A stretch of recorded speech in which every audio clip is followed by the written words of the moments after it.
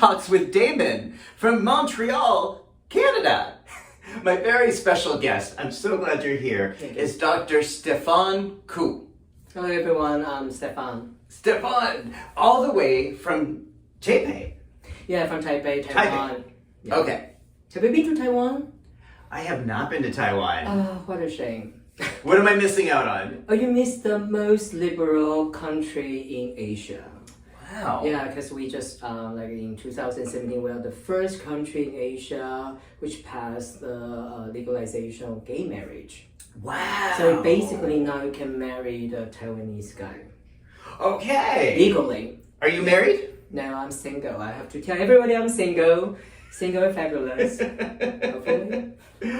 Wow, well, I'm so glad you're here. You know, one of the things I love about conferences is that I run into people, I get to meet people. We have followed each other on social media, but never had a chance to talk in real life before. You're such a champion hero for us. You Well, well, we have heard about you for such a long time, but never get a chance to really meet you in person. So that's why we kind of following your IG, Facebook, all these things. But thank you for what you have done for the communities. It's really amazing. Yes. Oh my God, that means a lot. I really appreciate that. It's not like it's a really great. Well, and again, what I love about these conferences is learning about what people all over the world are doing. And we had a little talk about the work you're doing in Taipei. Am I saying this right? I'm not saying it right. Taipei. Taipei. Yeah. It almost sounds like Taipei, like it's like me, Taipei like a 101, personality disorder. Okay, Taipei. You are doing such significant work to help gay men and sexual health. Yes. And I think I just want to clarify, because I think people may think Taipei is part of China and therefore it's very conservative and very restrictive. Let's clarify that right off the bat.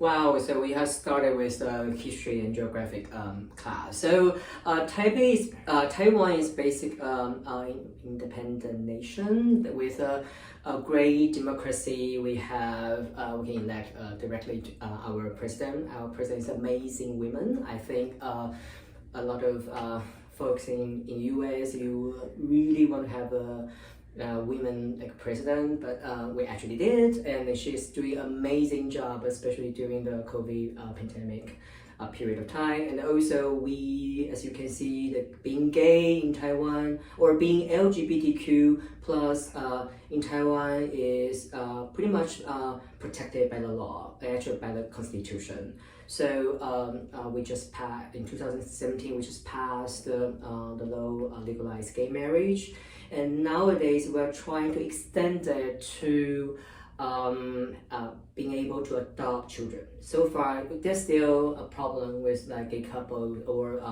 LGBTQ couples adopting children, but hopefully we're going to make a little bit more progress on that. Wow. Okay. So that's what I say. We should visit, right? You know, what I think you're definitely making good selling points for making a visit over there.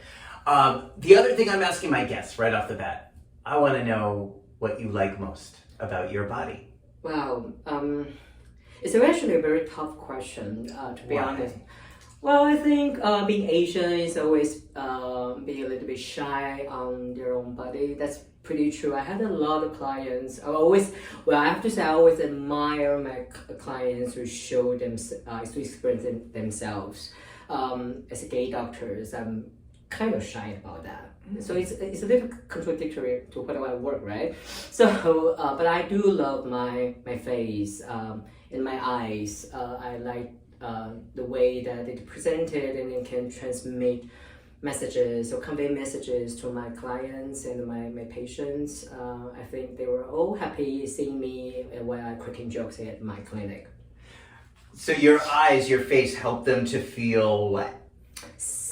Yeah, they can feel like friendly, they can feel homey, and they don't have to really worry about coming to the clinic. Some of them were being received diagnosis with HIV, for example, for the first time. They might be very nervous. So I think it's nice that they see a very calming and very nice doctor surrounding them and telling them it's not the end of the world. So also they can continue their life and also their relationship. I think this is important. And maybe next time they will bring their boyfriends. So I think it's a nice thing. So I try to be. I think this is my advantage, and also this is something I like to use to help people. Wow. Yeah. Well, I think you definitely have a very friendly face, very kind. And that's actually why, I felt so free talking with you when we were in a group yesterday talking about harm reduction and health. And you just helped to create a group, an energy in the group that was very open so that myself and other people felt like we could be open and not be judged. And I think you did that a lot with your energy, with your eyes, with your face. Thank you. It's very nice. You also set an example for us in a group because you introduced yourself. I need to ask you about this. You introduced yourself as Stephane Ku, MD, the alcoholic doctor. Oh yeah. So that's why I have the wine out here for you, because it's like, all right, if I'm going to interview an alcoholic doctor, I wanted to make sure I was ready. So tell me, what does that mean? Well, basically, I think everybody had really need to do. Everybody had something to get addicted to, or something that you fancy, or something you like relied on when you have some issues or you just want to get relaxed. Mine is alcohol.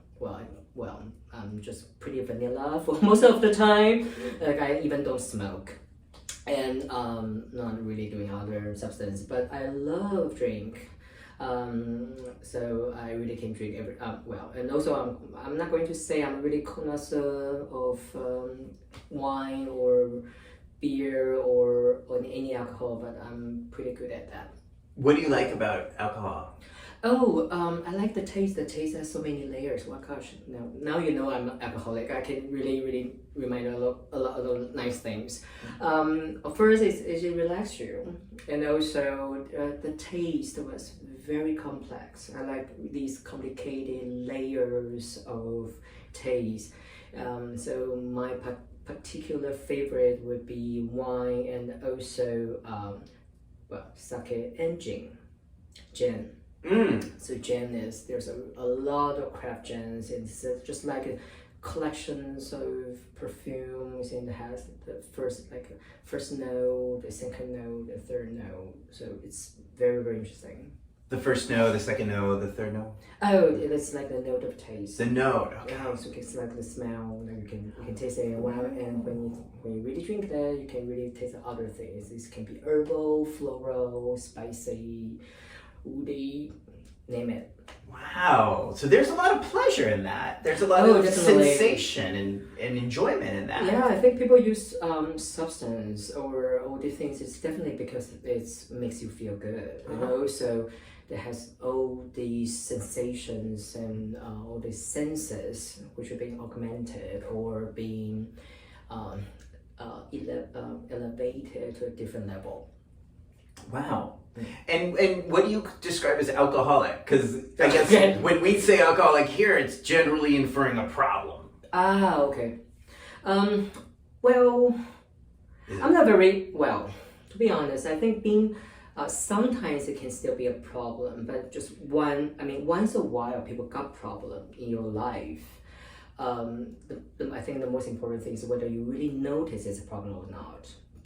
For example, we were IAD doctors, so we are taking care of all these in-hospital infections and infections control, and also HIV.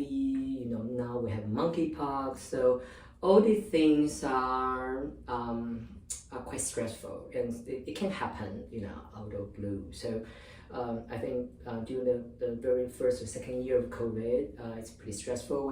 We're forced to be on call all the time, answering phones even during middle of night. So I do believe that I had some problem with drinks at that point. But what was the problem? Well, I think I was drinking really a lot, and sometimes it's just like you're ready to go to the office a bit late. So then you know that it's something you want to avoid pain. You want to avoid something. So it seems like drinking can really help you to sleep. So that really happened like 2 years ago, and also that put you. That put a lot of weight on me. I actually was a little bit chubbier when I at the very beginning when I started drinking. Yeah. So would you say that COVID really led to your drinking increasing? Yeah, I mean, before I think we had more time going to the gym, and also during the weekends we can go mountain climbing, hiking. So it gives you something to relax, to not thinking about your work, and also that you go hiking, don't drink. Anyway, so there were kind of what we call guardrails there to say like, okay, even if I drink tonight, I'm not going to drink too much because I have to go hiking tomorrow. I'm going to prioritize that. But then during COVID, all that. Yeah, it's a lot of activities that were canceled. So it's like you stay home, and so there's nothing else to do except answering the phone, waiting for the phone call, and then drink. So. And your work sounds very intense during that time.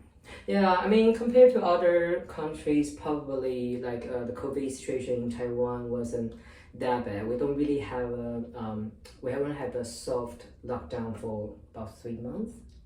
So compared to a lot of countries in the world where people were being forced to work at home for maybe 2 years, we were pretty lucky. Yeah, but still, like when the epidemic really hit hard on Taiwan, and that was the time that all the ID doctors, I think, were pretty busy. Yeah. Including you? Yes. Okay. Were you treating people with COVID? Yes, we have to. Yeah, we have to. During my like pre-COVID time, my work was about taking care of the community, mostly gay men. Taking care of people living with HIV, and also providing PrEP and STI, and also other like Chemsex consultant in my clinical time. And but during COVID time, there was like additional work regarding COVID. Right. Now, did you feel like you drank a lot before COVID?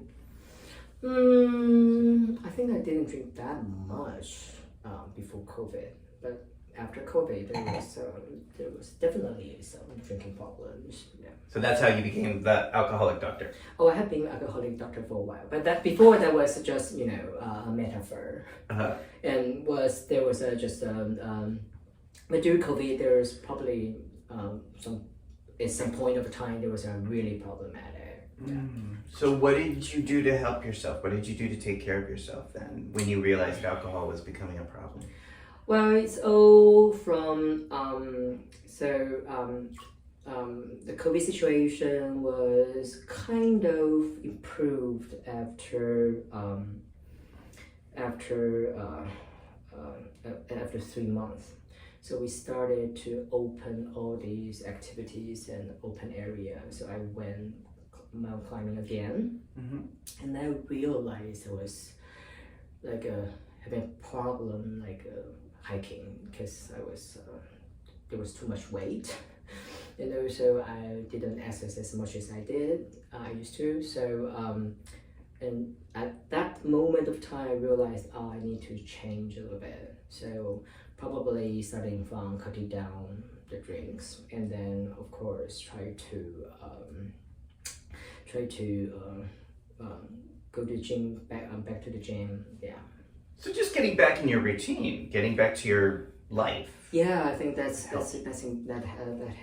Yeah. I think events would everybody will have events in their lives. They can be very stressful, and they can change their living their habitude of life. So once they sometimes they can solve it, sometimes they can't. So I'm glad that the COVID was ended like sometime that period of time, and it wasn't lasting too long. So you say in Taipei, the pandemic itself, the worst part, was over in about 3 months? Yeah, the last year was 3 months, and then we were like back into like a zero COVID for I know it sounds amazing, but that was also a false security thing. So that's false also... sense of security. So anyway, that's because we were still have a very strict border control. Yeah, so we Meaning think, what? People couldn't come in? Yeah, people couldn't. Yeah, only Taiwanese can come back, and we have a very strict quarantine policy. What did that mean? I mean, after you're returning from abroad, you need to have a 7 days of quarantine back that time. Oh. Yeah. How about for you living there? Were you expected to stay home unless you were at work? No, were you allowed to go around or hike if you wanted to? Well, all the public areas are mostly closed, including the mountains. During like May to July 2021. But after July 2000... Wait, 21 or 20? 20... The first year or the second year? The second year. Okay. Because the first year was really, there's nothing. So Taipei was under lockdown largely for the first year of COVID? No, the first year there's no lockdown at all. Oh. There was really, really nothing. Oh, and then, in 2020? Yeah. Okay, so then the lockdowns and restrictions came in 2021? 2021 from the Alpha wave. And at that time, US is about to have the Delta wave. Yeah. But we just have the Alpha wave. So everything's like, so we feel like we are in a parallel multiverse of COVID. Like you're living in Taiwan, it's almost not affected by COVID. Wow. Why is that? I mean, it's an island, right? Yeah, it's an island. Did that help to contain COVID or to prevent COVID from coming into? I think being an island is there were a lot of story behind this, but Taiwan had been suffer from SARS like 20 years ago. Yeah.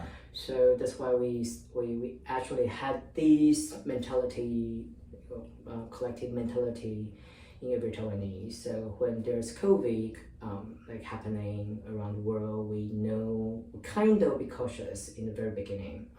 And then there's a very strict border control and also this quarantine thing, and masks were mandatory at the very beginning of the pandemic. So that's why there was a whole year, a whole year was nothing. It was pretty safe. And then the Alpha wave came in, and there was a really a surge of the cases for 3 months. And somehow, by only soft lockdown, people can still go to work, but a lot of public places were shut down, like gym, like a swimming pool, and also like in the mountain areas, national parks were all shut down. So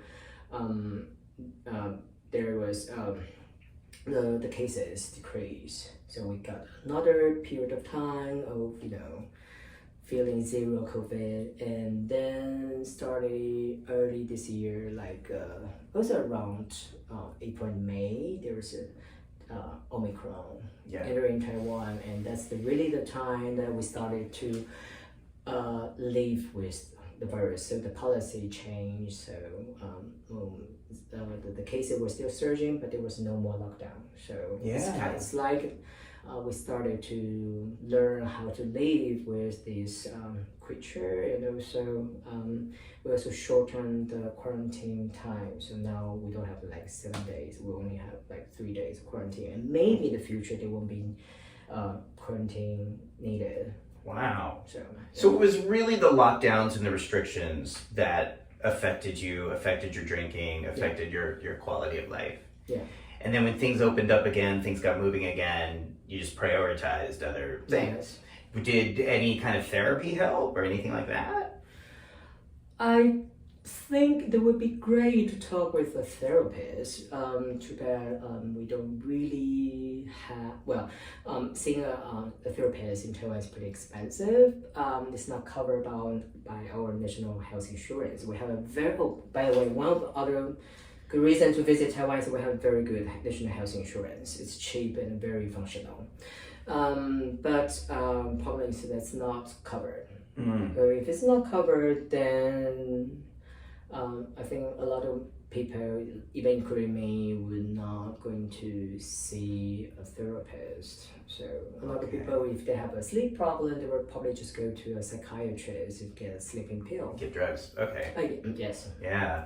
So am I doing a bad thing by offering you wine now? Is this No, like no, where's no, your no, drinking no. at It's, now? it's the end of the my working day was really, really hot. So it would be great. And also I'm going to my friend's party later. So it would be nice to have some pre-drink. Okay. Yeah. Feel free then. Okay. Trying not to be a bad influence, but so I love what you're saying because I think what your experiences reflects a lot of our community.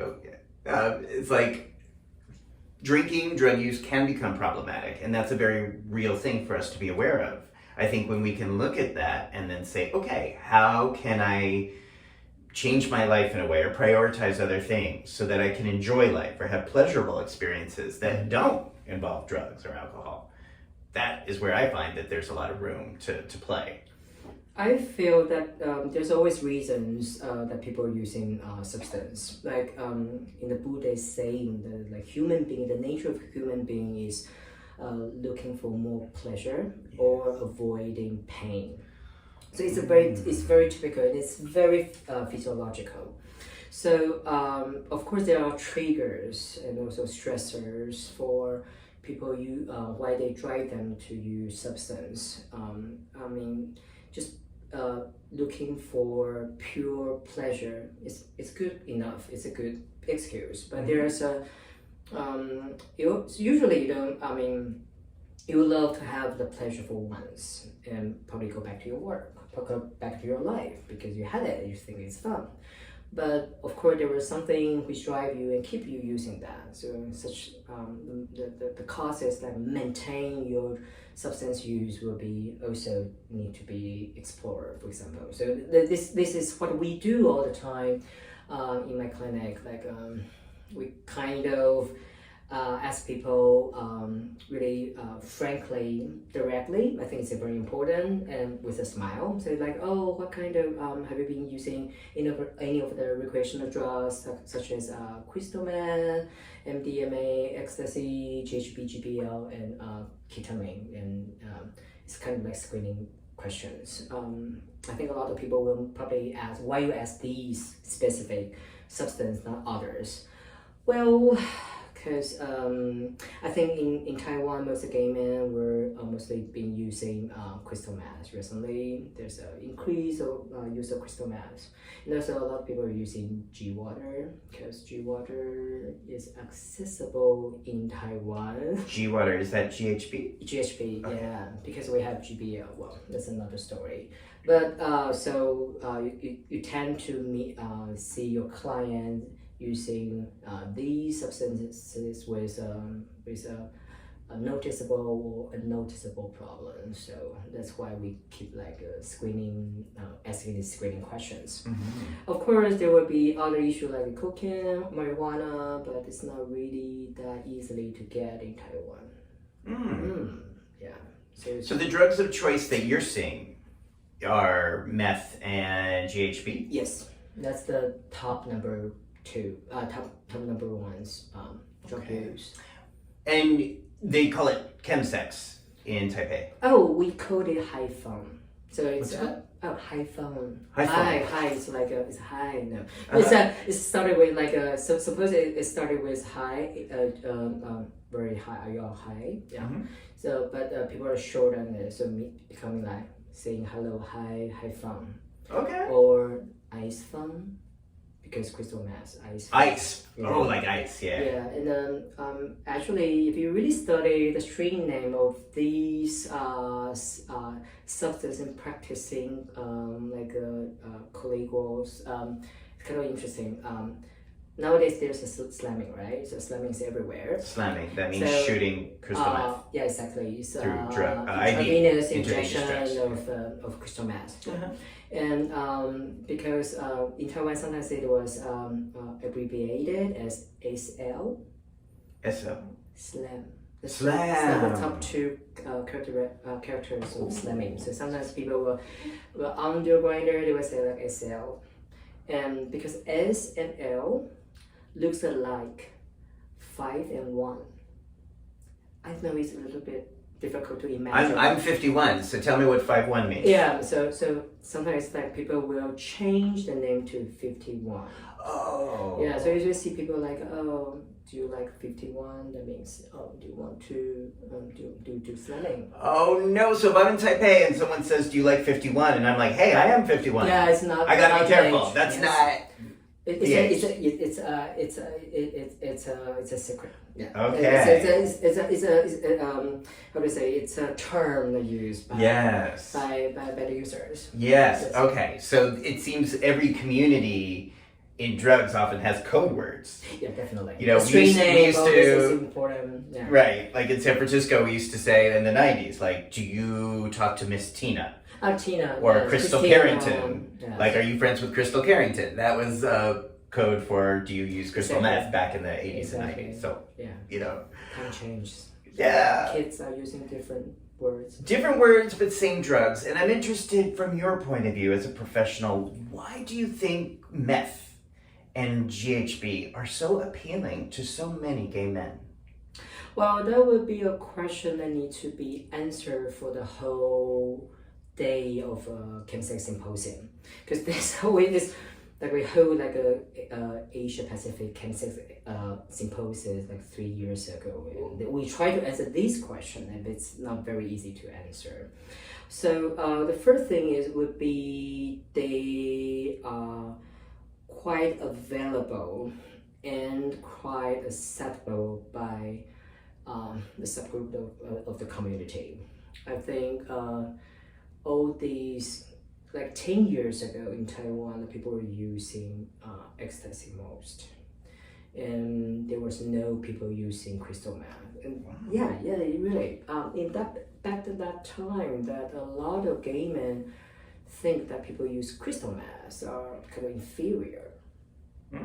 There was always hierarchy of There was, because it's cheap. substance. I remember use, that hierarchy, Exactly. So they feel that using MDMA will be like more chic. And I don't remember that time there was GHB, GBL. And then time changes. There will be fewer MDMA smuggled or whatever fabricated made in Taiwan. So it's very difficult, and the price getting higher. So no longer can get as potent as it used to be. So also it become more expensive. Then people started to switch to a different substance, and by that time crystal meth came in. Because in Taiwan there was dealers with very good technique of purifying or make crystal meth. So crystal meth was a pretty nice quality here. Okay, but what is the draw? What do you think for gay men? Why do, just like today as they did 30 years ago when I was coming out, why is crystal meth so appealing to gay men? I think it's another thing is like crystal meth was bundled or coupled with sex, because it was I think for gay men it's always started using drug because they want to have more fun. It's a lot of it's the number one cause, they don't want to have more fun. Sometimes people want to forget about being gay, or they will just want to simulate it with their friends. They want to be part of the community. So a lot of time they go to disco, they go to bar, and they want to join the conversation. They want to join the other cool people, right? Yeah. So they started to use substance. Their friends ask them, "Oh, why don't you use that? Oh, just try that." And then they become used to that, and they become part of their weekend life. For crystal meth, it's a little bit different, because most of the time people use crystal meth not alone. They use crystal meth with sex. So that was pretty one of the trend coming from other Western countries, but soon it was adapted by the local Taiwanese gay. So they realized that using crystal meth, we used to use like inhalation. And then people started to do slamming in the past 5 years. They realized that crystal meth actually augment your sensation. So while having sex, you can be that the sex will probably be like longer, and you'll feel more of these sensual feelings, and sometimes actually using GHB or GBL alone that give you another horniness, and also sometimes feel good about like using. They also give you euphoria for some people. So all these put together that they use crystal meth and GHB to enhance sexual experience. Yes. So when you have a patient who's coming to you for treatment and they are having a problem, they're struggling with this, what do you do? How do you work with that? Well, most people don't think they're struggling with that. How about when you see it as a problem? Yeah, and so they don't necessarily see it as a problem. Exactly. So I think the very first step of solving a problem is that you have to know there's a problem. Yeah. So you have to know that. So if people are coming here and after several questions, the screening question we ask, we found that it's probably problematic. Then we will probably tell them like, oh, so you think that the amount of medication, the frequency that you use of these things were like enough, or you feel it's too much, or you think it's just okay. If they say it's okay, I think there's no problem with me. I mean, I don't have any, even they are late for work, if they are even having problem like making social events, and they still don't think it's a problem, then we'll probably give them first. I think it's the first important thing is to keep this relationship. I mean, yeah. I mean, thank you. Yeah, I think it's very important. I mean, no judging, no scolding, no addressing them, like no giving them any like, because I think it's important because they're not going to change their life, or they're going to not change their habit. Yes. For just seeing you for 5 minutes or 10 minutes. Yes. So, you don't have that kind of power. Yeah. As their doctor. Yeah, and also I won't change my life that easily, right? So nobody will change that because of what I just said to you, and you were pretty shocked that you will not change. So it always takes some time. So I don't really mind. So nowadays we just maybe each time you visit them, you give them some ideas about their lives, like make sure that they really know the harm that already caused. And of course, everybody is looking for some benefits from the substance, but at what cost? So it's my kind of approach that every time they come to see me and we are talking, I will try to figure out the cost he already had from using this. And meanwhile, it's important to provide all these harm reduction strategies or tools. For example, if they were doing slamming, so making sure that they are having enough clean needles, so they were doing the injection correctly. They are not having any like infection or local infections in their body. And also, if they're the HIV negative, perhaps so important, and so this STI treatment screening is very important. And make sure they sleep well, if they need some like sleeping aid, and make them sure like they eat well.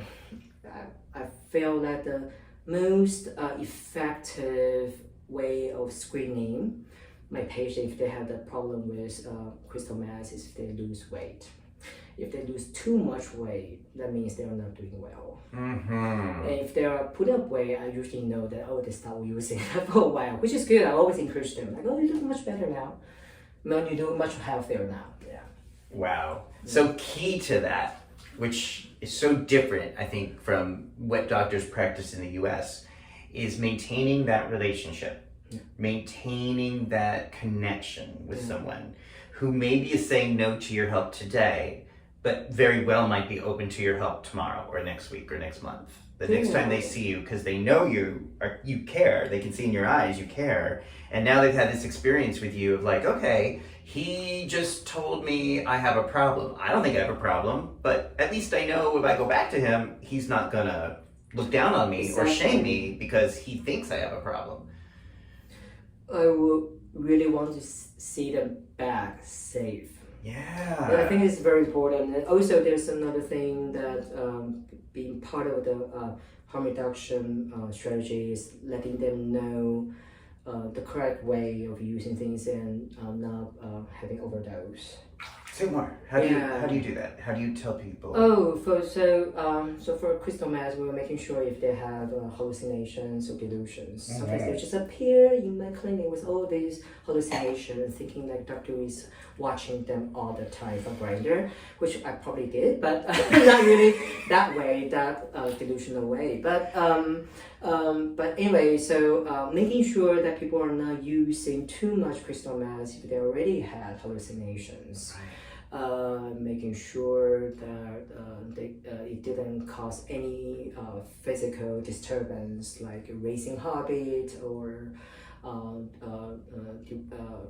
distorted consciousness. Also for GHB-GBL, it's very important that they were using correct amount and they were not overdosing. They were not repeating the dosage within too short of time, and they didn't have the GHB-coma. So it's also very important that we... What is a GHB-coma? GHB-coma is that because G water has a very narrow we say intoxication window. So with maybe a milliliter more, people might pass out, and also they might not sleep. They might not breathe, and their heart might stop. So that's very, very dangerous. It's actually a lot of sudden deaths in these Chemsex scene were because of overdose of GHB or GBL. So making sure that people were measuring the amount of GHB-GBL correctly using the right measurement. In Taiwan, a lot of people are using cap. The cap from a plastic bottle. Oh. Yeah, so it's not really a good one because each time the cap you have a different volume, right? Oh. So half cap and the full cap can be really different. So we actually ask them to use droppers.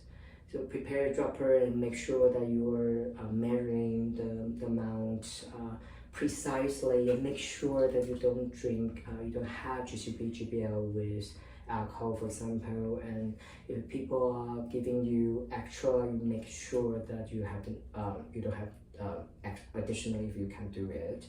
And it would be great if somebody keep record, or it would be great if somebody there, if it's a group party, somebody be sober.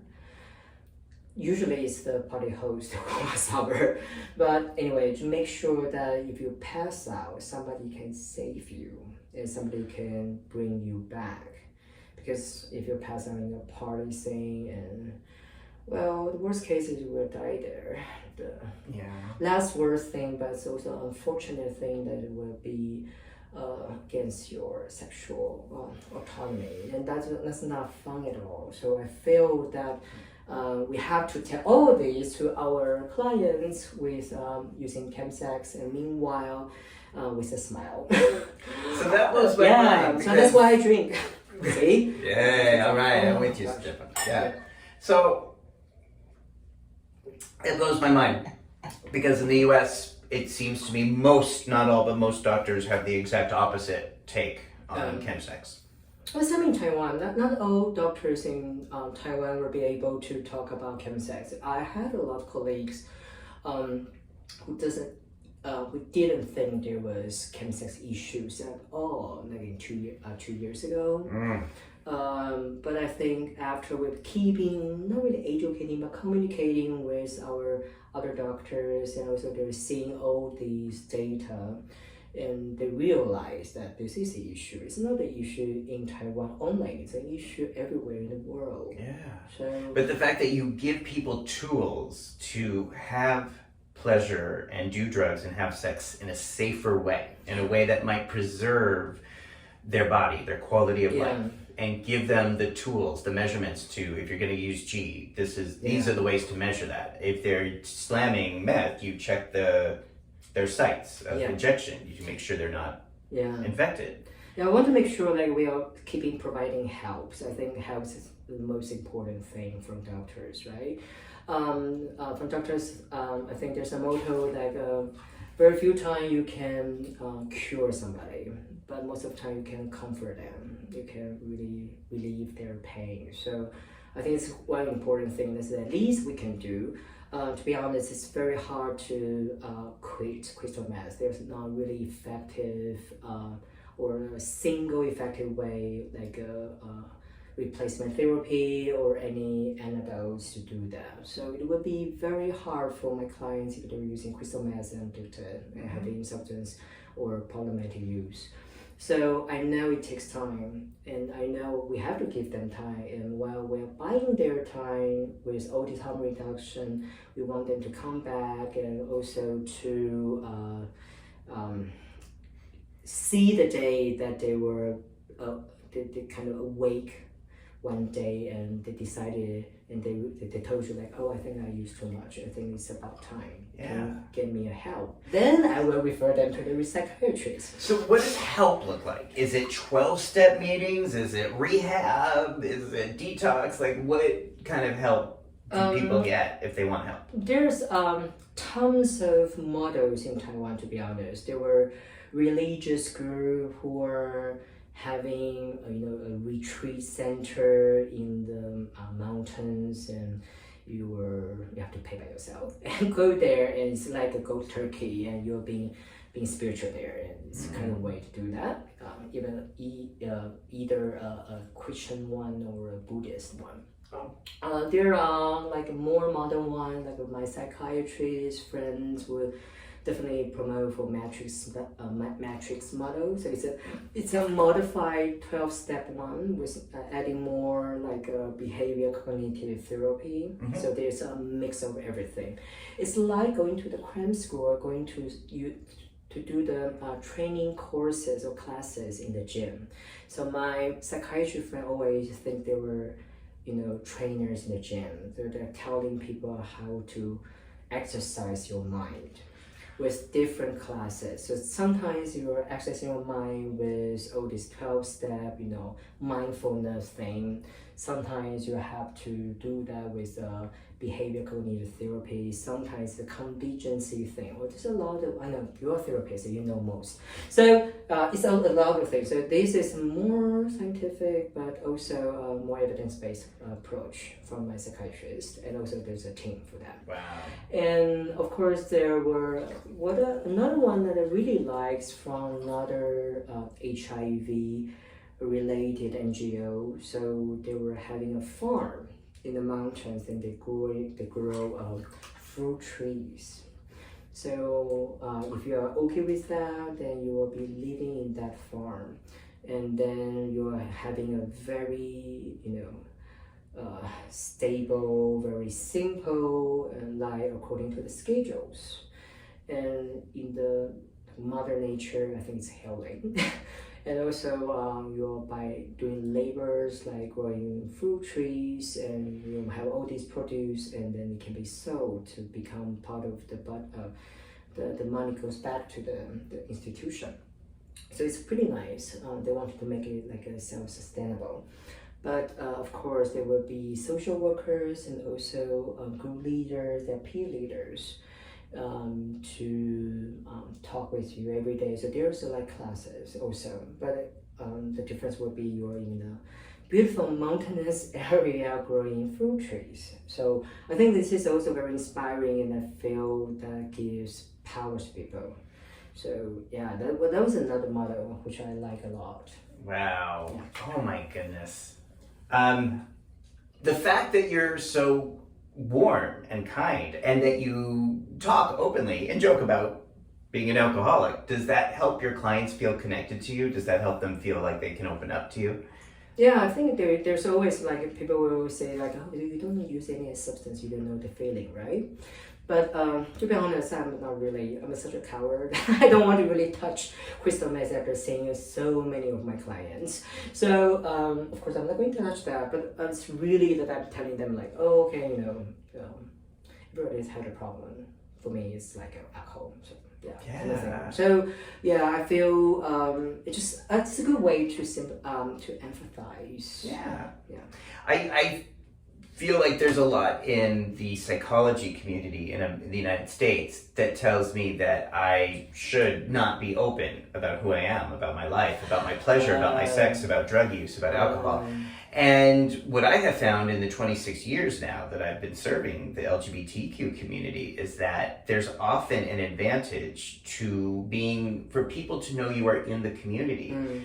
The clients who come to see me know that they can tell me about their drug experiences, about their sex experiences, about what was pleasurable about that, and then what was problematic about that, if there was. And through that lens, we can seek solutions. We can go through the many, many tools of harm reduction together. But I think that's more likely to happen than if I'm this outsider who's judging them. And never have I seen that more clear than during this whole monkeypox mess that we're in. That may not be the case when this airs or when people watch this, but right now, we have people outside the gay community trying to tell us not to have sex or trying to have less sex.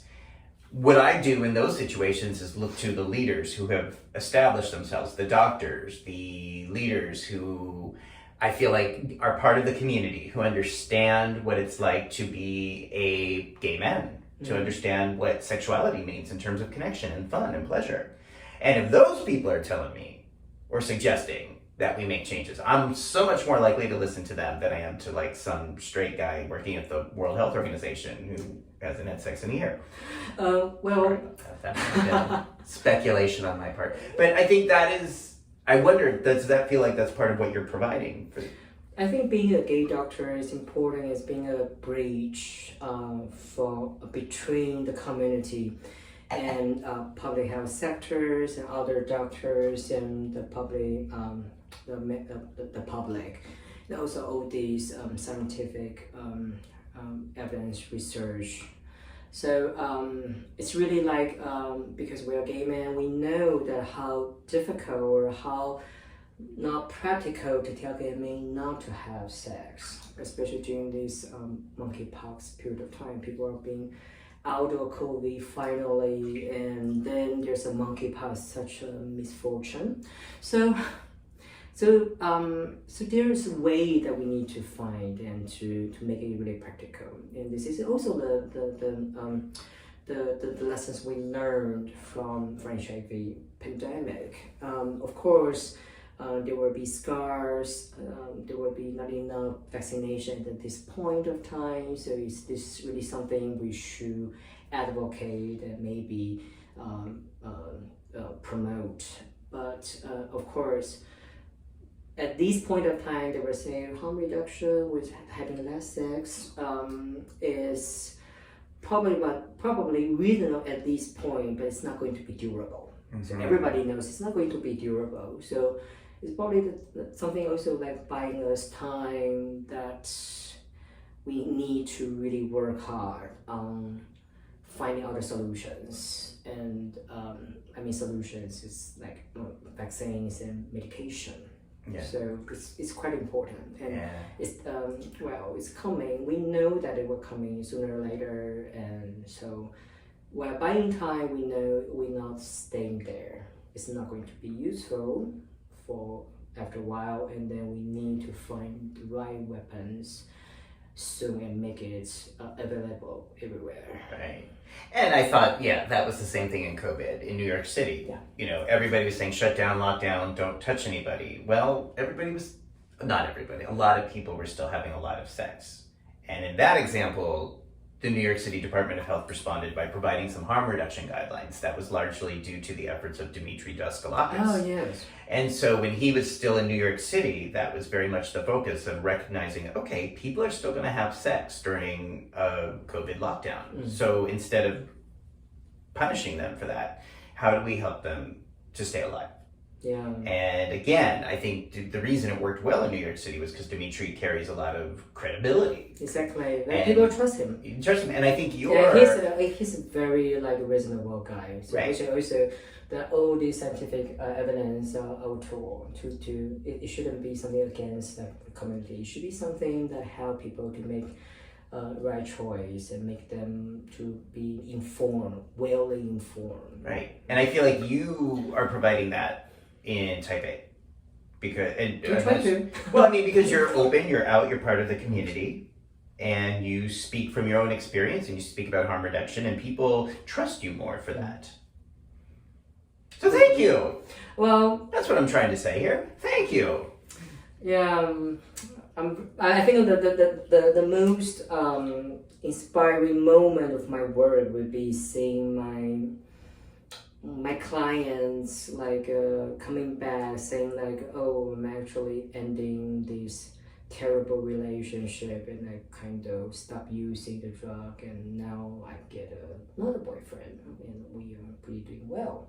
I think it's really something that I feel very touching, and this is really whenever they were coming back and they were giving me these feedback, I was like, oh, all this way work, it's worth it. Yeah. Well, I want to thank you. Thank you for all the work you're doing.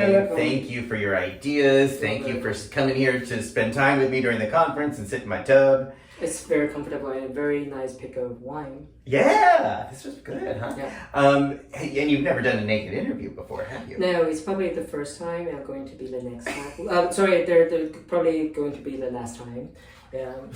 Until we meet again. Oh, this is the invitation for the next day. Okay, great.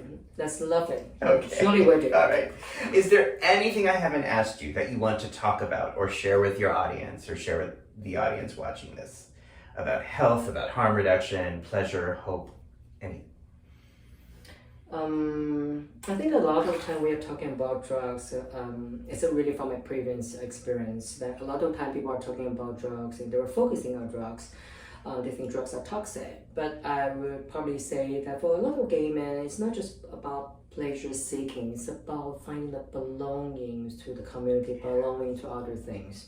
Also, they want to find a relationship which is good, which is maybe like straight people, but of course you know that there was not really perfect straight relationship in straight people, but in the Hollywood movie style thing.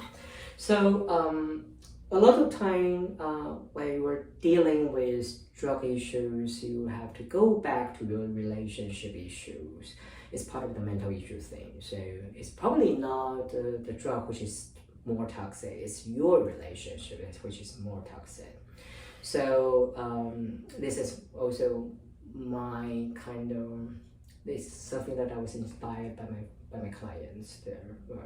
After seeing so many of them, I feel that sometimes probably the best way to solve this to deal with to really look back at your relationship, and you need to deal with that. Yes. It's difficult. It's usually something that people don't want to quit. Even they don't want to quit the relations, it's probably harder to quit than drugs, but it's also something that you need to solve if you want to get your life back again. I think it certainly complicates things when somebody wants help. So we need a therapist. We need therapists who are covered by National Health Insurance. This is also something I advocate for. Yeah, but that sense of belonging, which is, I think, the common thread between what I've seen in the gay community, the crystal meth use of today, the crystal meth use of 30 years ago, is that it's always there. Wanting to feel like you belong. And I think when clinicians ignore that or say that doesn't matter, they're missing a lot. Yeah. So, amazing. All right, everybody. Thank you so much for watching this. I encourage you, to have these conversations at home, in your bathtubs or your breakfast tables or brunch tables or wherever, your bar with your friends, whenever you have drinks or friends. Talk about harm reduction. Talk about crystal meth. Talk about helping people get the tools that they need to help them live their lives with the maximal pleasure and the minimal risk. And I'm just so grateful that you're part of that and that you're... I'm very happy to be invited into your beach talk. Yes! It was very lovely and the water is very warm. It has been. Okay, if you like the show, please subscribe down below. The more subscribers I get, the more I can post to do live streaming. If people want to follow your work, are you on social media anywhere? Can people see your ideas anywhere, your work anywhere? Yeah, we have actually an NGO. It's called No HIV by Heart. Heart is HIV education and research Taiwan is my NGO's name. So it's like heart, your heart. No HIV by heart. Yeah, no HIV by heart. I'll get that for you so I can post it down below. All right, everybody. Thank you for watching. Thank you.